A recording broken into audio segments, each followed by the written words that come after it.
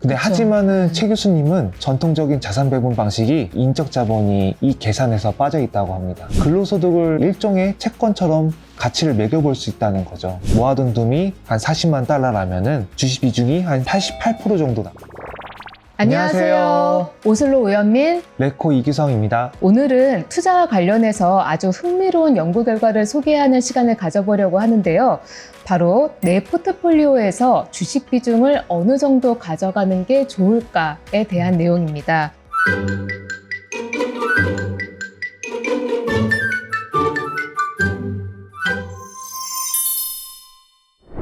보통 내 자산에서 주식 비중을 어느 정도 가져가는 게 좋을지에 대해서 계산할 수 있는 어떤 유명한 공식이 있다면서요?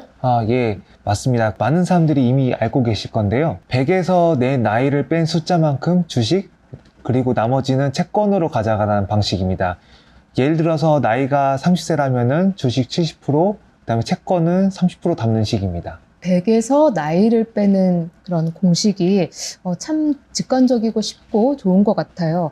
이거를 누가 만드신 걸까요? 인덱스 펀드의 선구주자인 벵가드 창업자 존 보글이 대중화시킨 규칙으로 유명합니다. 복잡한 계산 없이도 나이가 들수록 위험 자산을 줄이자 라는 원칙을 누구나 쉽게 실천할 수 있게 만든 겁니다. 근데 얘기를 듣고 보니까 아이디어 자체가 우리가 퇴직연금을 투자할 때 많이 활용하는 타겟 데이트 펀드를 좀 떠올리게 하는 부분이 있는 것 같아요. 네, 정확합니다. TDF, 타겟 데이트 펀드는 은퇴 시점에 맞춰서 주식과 채권 비중을 자동으로 조절해주는 상품인데요. 젊을 때는 주식 비중을 높게 가져가다가 은퇴가 다가올수록 채권을 늘리는 글라이드 패스 구조를 갖고 있습니다. 100백이 나이라는 하나의 규칙이라면은 TDF는 그거를 실제 금융상품으로 구현한 것이라고 보시면 됩니다. 근데 한편으로는 또 이런 생각도 드는 것 같아요. 단순히 이제 100에서 나이만 빼게 되면은 놓치게 되는 부분은 없을까라는 건데요. 너무 단순하지 않나. 이게 사람마다 좀 상황도 다를 수 있을 것 같은데 어떻게 생각하세요? 그래서 이 단순함의 문제를 제기한 유명한 학자가 있는데요. 바로 누구세요? 이제 예일대 경영대학원의 제임스 최 교수입니다.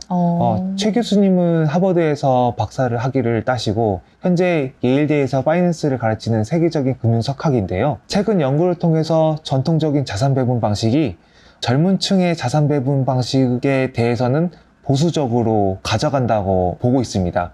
그래서 새로운 대안을 제시해서 이번에 화제를 모았습니다. 그러면은 예를 들어서 그럼 25살 청년을 한번 가정을 해볼게요. 그러면은 100에서 25를 빼게 되니까 주식 비중이 75%가 적정하다라고 아까 우리가 얘기한 공식상으로는 그렇잖아요. 근데 이것도 낮다라고 그러면은 최 교수님은 얘기하시는 걸까요? 예, 논리는 이렇습니다. 기존 규칙들은 내 통장 안에서 금융자산만 보고 위험을 판단하거든요. 예. 근데 그렇죠. 하지만은 최 교수님은 우리 전체의 자산에서 정말 중요한 인적 자본이 이 계산에서 빠져 있다고 합니다. 인적 자본. 네. 인적 자본이 여기서 어떤 의미일까요? 인적 자본이라 함은 내가 앞으로 벌어들일 소득을 현재 가치로 환산한 금액입니다. 이제 최 교수님의 비유가 참 재미있는 부분이 있습니다. 이제 채권 같은 경우에는 정기적으로 이자를 받잖아요. 네네. 그 이자를 받는 걸 통해서 채권 가격을 산정을 하는데 네네. 직장인의 급여도 채권과 같이 매달 들어오는 안정적인 현금 흐름이 있다고 보는 겁니다. 그래서 근로소득을 하나의 일종의 채권처럼 가치를 매겨볼 수 있다는 거죠. 예를 들면은 25세 청년이 정년까지 35년 남았고 생애 평균으로 월 400만 원 정도를 번다고 가정해 보면은 네. 그거를 이제 채권 가치를처럼 계산해 본다면은 그 가치는 대략 8억 원 정도로 계산이 됩니다. 그렇군요. 이미 8억 원을 우량 채권을 들고 있는 셈이니 25세 청년들은 금융재산이 그렇게 많지 않을 수 있잖아요. 아니, 3천만 원 있다고 해도 예를 들어서 뭐 반반 해서 1,500을 주식을 한다 해도 8억 이상이 되는 그 자산에서 1,500만 원은 비중이 작다라고 보는 게 최 교수의 입장입니다. 그러면은 이 최 교수님이 주장하는 인적 자본을 반영한 계산 방식을 타겟 데이트 펀드의 그 원리랑 좀 비교해 보면은 어떨까요? TDF 같은 경우에는 은퇴 시점이 멀리 떨어져 있는 상품의 경우에도 최소 채권 비중이 10% 그쵸. 정도 예. 됩니다. 예. TDF 2060만 해도 채권 비중이 10에서 한 20% 정도로 채권 비중을 무조건 유지하고 있고요. 근데 반면에 이제 최 교수님 방식은 이미 내 몸이 든든한 채권이 받쳐주고 있으니 젊었을 때는 금융자산의 주식 비중을 최대한 가져갈 필요가 있다라고 메시지를 남기고 있습니다. TDF가 그 처음 투자를 시작할 때도 사실 주식 비중이 100%까지는 가지는 않는 것 같아요. 말씀하신 대로 10에서 20% 정도 채권 비중이 있고, 그래서 거기서 이제 쭉 그 주식 비중이 떨어지는 거기 때문에 최 교수가 말하는 어떤 적정한 그 주식 비중보다는 조금 낮을 수 있겠네요. 그런데 또 한번 생각을 해보자면은 이게 또 모든 사람한테 또 이렇게 적용이 가능한가, 그런 걸 한번 좀 고민해 봤었을 때 아까 말씀하신 게 그 내 미래의 그 매월 소득을 이제 현재 가치로 당겨와서 계산을 한다고 하셨잖아요.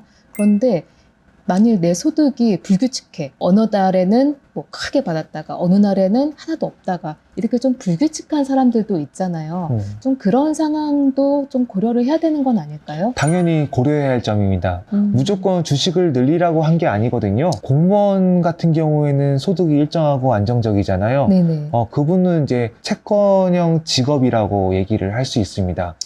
채권형 직업 같은 경우에는 이제 주식 비중을 높여도 괜찮지만은 예를 들어서 성과급 비중이 크거나 아니면 경기에 민감하게 반응하거나, 예를 들어서 영업직에 있는 분들은 이제 주식형 직업에 있는데, 그분 같은 경우에는 그분의 인적 자본은 이미 주식형에 있으니 주식에 대한 투자는 좀 더 보수적으로 해야 된다라고 볼 수 있습니다. 그럼 근로소득 외에 또 챙겨야 될 변수가 있을까요?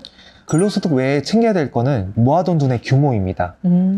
최 교수님 공식에 따르면은 자산 규모가 커질수록 이제 주식 비중이 내려가도록 설계되어 있어요. 그래서 여기에서 자산이라 함은 전체 총 자산이 아니라 주택 자산을 제외한 금융 자산이 있고, 금융 자산에 혹시 뭐 마이너스 통장이나 신용 대출이 있는 부분을 뺀 금액을 순운전 자본이라고 볼 수 있습니다. 우리나라에서 회계상의 용어인데요. 최 교수님이 말하는 그 모아둔 돈의 규모라는 거하고 그다음에 순운전 자본의 라는 의미하고 동일한 개념이긴 합니다. 이 운전 자본의 경우에는 왜 따지냐면은 이제 자산 규모가 커질수록 주식 변동이 크게 일어났을 때 크게 타격을 받을 수 있기 때문에 자연스럽게 방어 기제가 작동하는 거라고 볼 수 있습니다. 예를 들어서 이렇게 생각해 볼 수 있겠네요. 뭐 모아둔 돈이 1,000만 원이다 라고 하면은 10%의 손실이 발생했다라고 했을 때 100만 원, 100만 원인데, 네. 근데 모아둔 돈이 10억이다.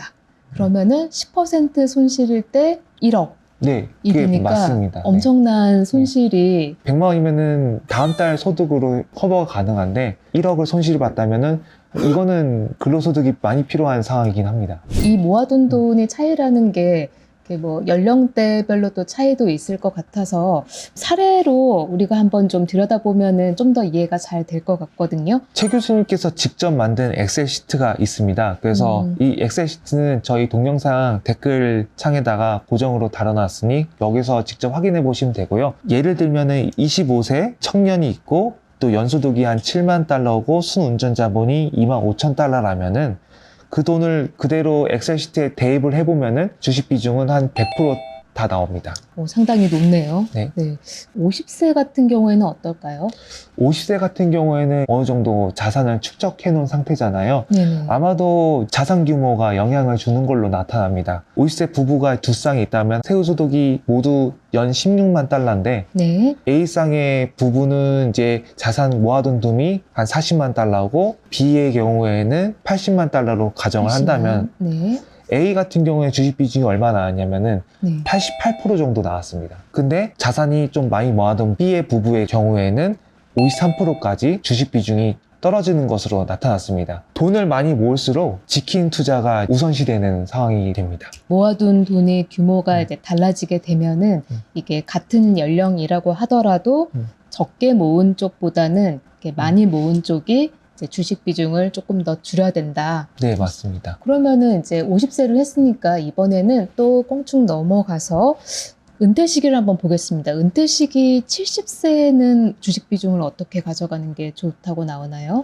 70세 같은 경우에는 위험 성향이 약간 영향을 받습니다. 위험을 감수할 것이냐 아니면 위험을 회피할 것이냐에 다른데 70대 같은 경우에도 이제 같은 소득, 같은 자산이라도 위험을 감수하시겠다는 분들은 주식 비중이 64% 정도 나온 반면에 위험을 회피하겠다는 분들은 주식 비중이 한 34%로 좀 낮게 나옵니다. 이렇게 은퇴 시기에 위험 선호를 좀 더 반영하는 이유가 앞으로 이제 벌어들일 소득이 없기 때문에 좀 작용하는 걸까요? 네, 맞습니다. 70세 같은 경우에는 인적 자본이 거의 제로에 수렴하기 때문에 25세와 달리 이제 인적 자본이 영향력이 확 줄어들고 순 자본 외에도 또 반영해야 될 부분은 가입자의 위험 상향도 이제는 고려해야 된다라고 볼 수 있습니다.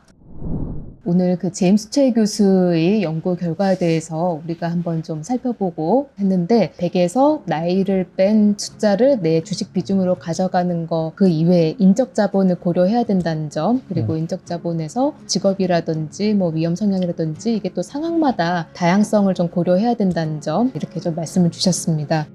전체적으로 이렇게 봤었을 때 연금 투자자분들한테 주는 어떤 시사점이 있다면은 어떤 게 있을까요? 여기서 시사점은 세 가지를 짚을 수 있습니다. 첫 번째는 젊었을 때 채권 예금 비중을 높이는 것은 큰 기회비용으로 될 수 있다라는 점입니다. 이미 인적 자본이라는 채권이 큰 역할을 차지하고 있는데 여기서 금융자산에 있는 거를 다 채권을 또 다시 넣는다면은 지나치게 보수적인 자산 배분 방식이 될 수 있거든요. 네, 첫 번째 포인트 말씀해 주셨고요. 저 두 번째는 자산 배분의 기준이 단순히 나이라는 관점보다도 전체 포트폴리오 관점에서 확장해 나가야 된다고 합니다. 인적 자본이라는 걸 반영하면은 인적 자본과 보유 자산을 함께 고려해서 사회 초기 때는 주식 비중을 높게 가져가되 자산이 형성되면은 그때 가서 점진적으로 자산 비중을 낮춰가는 식으로 조정할 필요가 있습니다. 네, 두 번째 포인트 말씀해 주셨고요. 세 번째. 마지막으로는 연금처럼 장기 운용되는 자산은 주식 지향적인 관점으로 가야 된다고 생각합니다. 현재 연금 자산의 실적 배당 비중이 한 20% 정도 되는데요. 인적 자산이 이제 뒷받침되는 동안에는 시장 변동성에도 흔들리지 않고 투자를 지속할 수 있기 때문입니다.